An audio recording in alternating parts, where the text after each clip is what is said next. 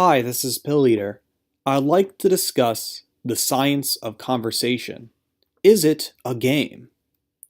Has it ever occurred to you that talking to other people requires skill and effort? Society is defined as the aggregate of people living together in more or less ordered community.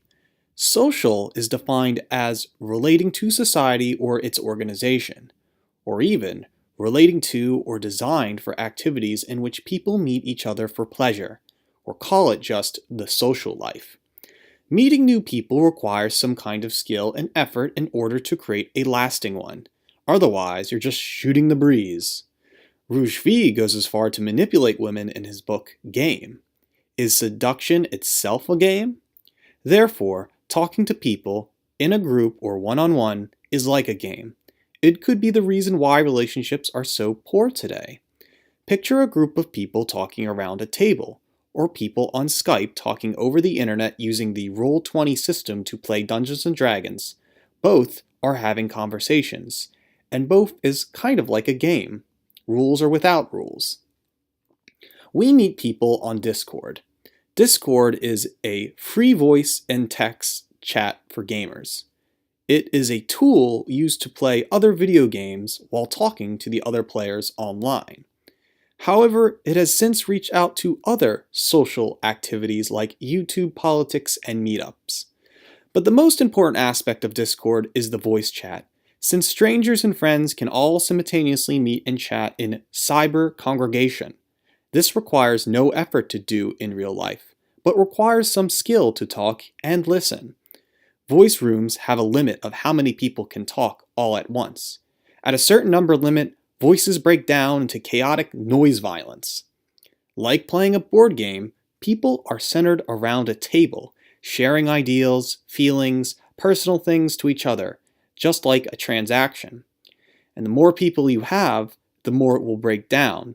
So less is better, like 6 people, on average the same amount as how many people are in a room or in a party. Well, how is conversation like a game? Well, in page 38 of Game Design Workshop by Tracy Fullerton, we have a ladder defining game as winning as the objective, puzzle as the goal, toy, it has no goal, and the story, no interaction. So you're winning in a game. In the puzzle, you figure out that there is a goal. The toy, there's not really a goal. I don't know if conversation is a toy. And when somebody tells a story, there certainly is no interaction, but in gameplay, there certainly is play to win over something. So if you look at this as the way how people play games on page 52, player interaction patterns can also talk about conversations. For example, we have single player versus game, player versus player, multilateral competition, team competition, multiple individual players versus game, unilateral competition, cooperative play. Now with the carrot, that exists inside something called the magic circle. Although the non-carrots could as well exist in the magic circle, but the games and rules itself exist within interactivity. And this becomes more like a game when it does exist inside the magic circle. So yes, having a conversation, or telling a story for that matter, even though it may have no interaction, there is a type of game of getting something across. Well, there's something called Huizinga's magic circle. Johann Huizinga was a cultural theorist who studied games and society. In his book Homo Ludens, Huizinga believed a magic circle would appear once other humans would assert rules into a conversation, thus creating a game. Or that these rules are already known before conversation ever happened, because we learned to play the game before and inserting them again.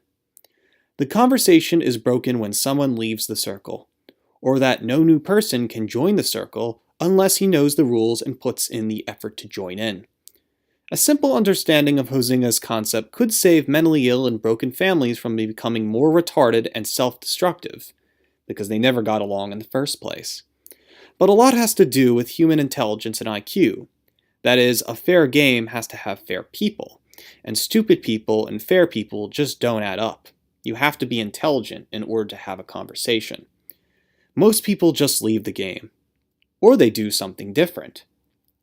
Some people try to cheat, assert, or flip the table. When people cheat, they pretend they didn't hear, or don't answer, and then change the topic. They play a different game entirely.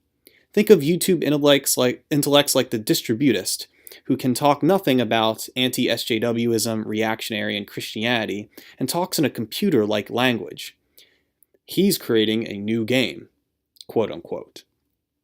This is very similar to asserting, when one wants to digress or change the topic to his own advantage. Think of the Chad and Alpha mentality. Is it good to begin with? One wants to become the game master, assert something of their own feelings. Or then there is flip the table.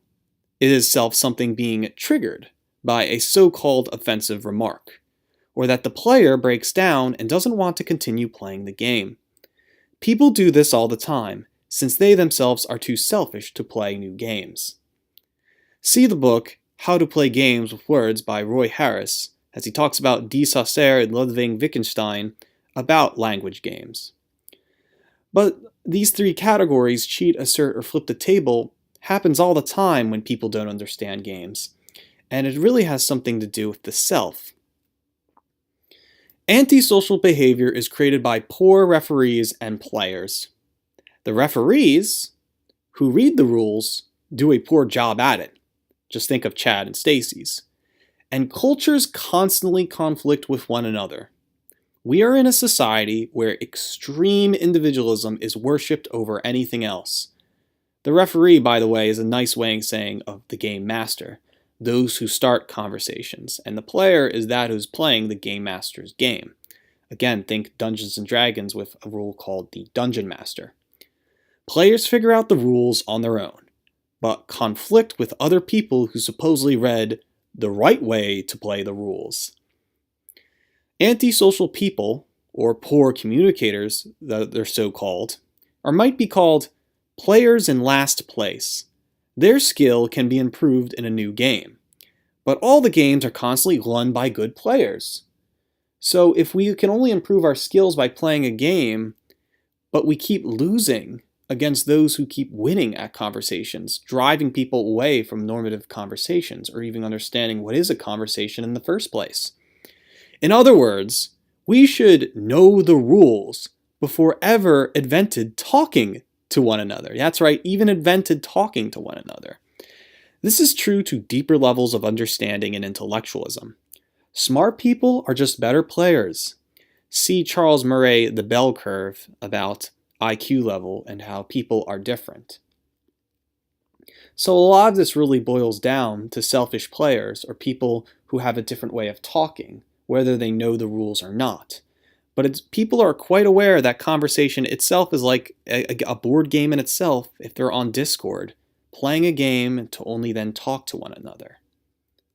So when a blue-haired SJW disagrees with you and makes an outburst, remember this. She's trying to flip the table. You didn't do anything wrong.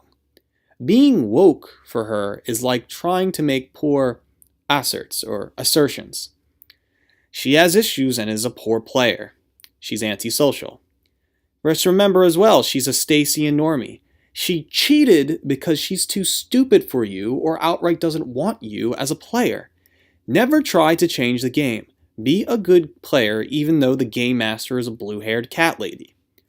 Her rules are basic bitch like Settlers of Catan, while you are on a whole other level of cosmic encounter. Keep your confidence and remain calm. School her like a teacher till she reaches for her backpack. However, be a good referee and educate the poor player onto your game, because you are the game master for starting the whole conversation in the first place. If you joined her game, and she is the game master, follow her rules and state your moves. Don't try and change her game unless you have to. Proclaim, "I'm not playing your game," and either continue playing or leave. But don't leave. It makes you look like a snobby bitch, or you just rage quit. Remember the one time when Nicholas Fuentes and Patrick Little had an argument, and Patrick Little rage quit. Well, he rage quit out of the ideal that he was offended, but both of them didn't understand the game they were playing. It's very important both sides know what the game they are playing. And remember, like a game, what is your goal? Is it a transaction to get your message across? Or are you having fun and just need someone to talk to, like masturbation? It's the social life, right? Jehovah's Witness people knock on your door to sell you something. Well, what is that something? It's all about metapolitics, getting your point across and changing the entire culture for your own good. And like itself, you have to remember that it is more than just talking to other people, that it is a game. And when you go on Discord or Google Hangouts, and when you take the platform, as leftists and anti-fascists would like to say, make the platform count. Get your eccentric views across. People need to listen to you, and you could have a huge stake in changing people's minds, the game, and creating new friendships. Thanks for listening. Click the subscribe button at www.youtube.com/pilleater. Subscribe now.